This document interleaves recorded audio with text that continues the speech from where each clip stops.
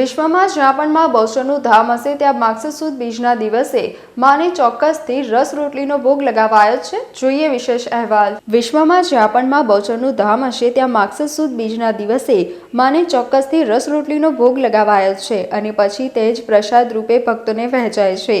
માગસર સુદ બીજે આ પ્રસાદ આપવાની પ્રથા કેવી રીતે શરૂ થઈ તેની સાથે એક અગત્ય રસપ્રદ પ્રસંગ જોડાયેલો છે। માગસર સુદ બીજનો દિવસ હતો।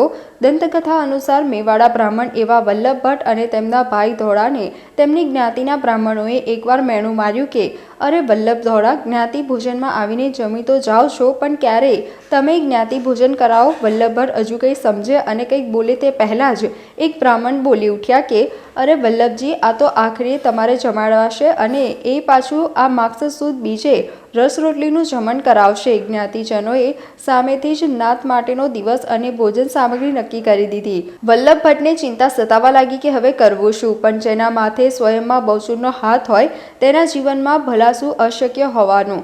માગસર સુદ બીજનો દિવસ આવ્યો। વલ્લભ ભટ્ટને થયું કે હું તો ગરીબ બ્રાહ્મણ અને એમાંય ભર શિયાળે કેરીનો રસ ક્યાંથી આવે। બપોરનો સમય થયો। વલ્લભજીનો મંદિરમાંથી નીકળી સાબરમતી નદીના કિનારે પહોંચ્યા અને માના નામનું સ્મરણ કરવા જ લીન થઈ ગયા। કહે છે કે તે સમયે માં બહુચર સ્વયં વલ્લભ રૂપે અને નારસિંહ દાડા ધોળા રૂપે નવાપુરાની ભૂમિ પર આવ્યા અને મેવાડા બ્રાહ્મણની આખીય નાતને રસ રોટલીનું જમણ કરાવ્યું। લોકો તો વલ્લભ ધોળાની મજાક કરવા રસની માંગ મૂકી હતી, પણ માએ તો સ્વયં ભક્તનું રૂપ ધારી ભક્તની લાજ રાખી। નાત જમીને પાછી ફરી ત્યારે તેમને વલ્લભ ધોળા સામે મળ્યા અને આખી ઘટનાની જાણ થઈ। વલ્લભ ધોળાએ માં બહુચરનો આભાર માન્યો તો બીજી તરફ જ્ઞાતિજનોએ તેમની ભૂલ બદલ વલ્લભ ધોળાની માફી માંગી અને તે ખરેખર માના પરમ ભક્ત હોવાનો સ્વીકાર કર્યો। ભક્તની લાજ રાખવા જે દિવસે દેવી ભક્તના જ રૂપે આ ભૂમિ પર પધાર્યા તે દિવસ હતો માગસર સુદ બીજનો। બહુચર અંબે માં કી જય। શ્રીમંત મહારાજા ગાયકવાડ દેવસ્થાન સંચાલિત કારેલીબાગ બહુચરાજી માતાનું મંદિર। આજે માગસર સુદ બીજ છે।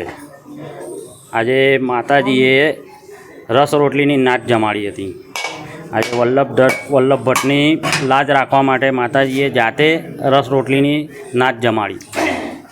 માગસર સુદ બીજના આજે લોકોને માતાજીના દર્શન કરવાને રસ રોટલી ધરાવવાનું મહત્ત્વ આજે છે, એટલે લોકો આજે રસ રોટલી લઈને આવે છે ને ધરાવે છે માતાજીને।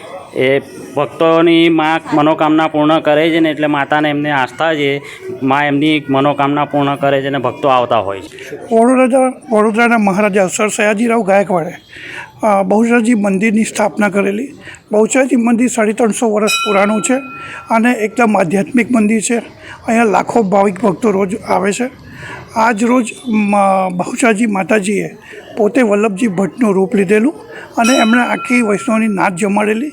ત્યારથી આ મંદિરને સારી રીતે આધ્યાત્મિક રીતે ગણાય છે અને આજે રોટલી અને કેરીના રસની મહિમા છે।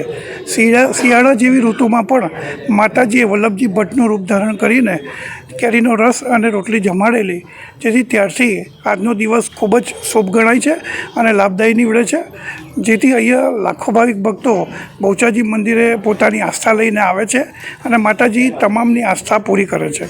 અમે ચોક્કસપણે કંઈક ને કંઈક અમારી આસ્થા હોય છે, અમારી ચૂંટણી હોય કે અમારી બીજી કંઈ પણ પરીક્ષા કે કોઈ પણ કેસીસ બાબતે હોય તો માતાજીને આગળ રાખીને અમે એટલું જ કરીએ કે માતાજી અમને પરિપૂર્ણ કરજો અને આમાંથી અમને પાર પાડજો।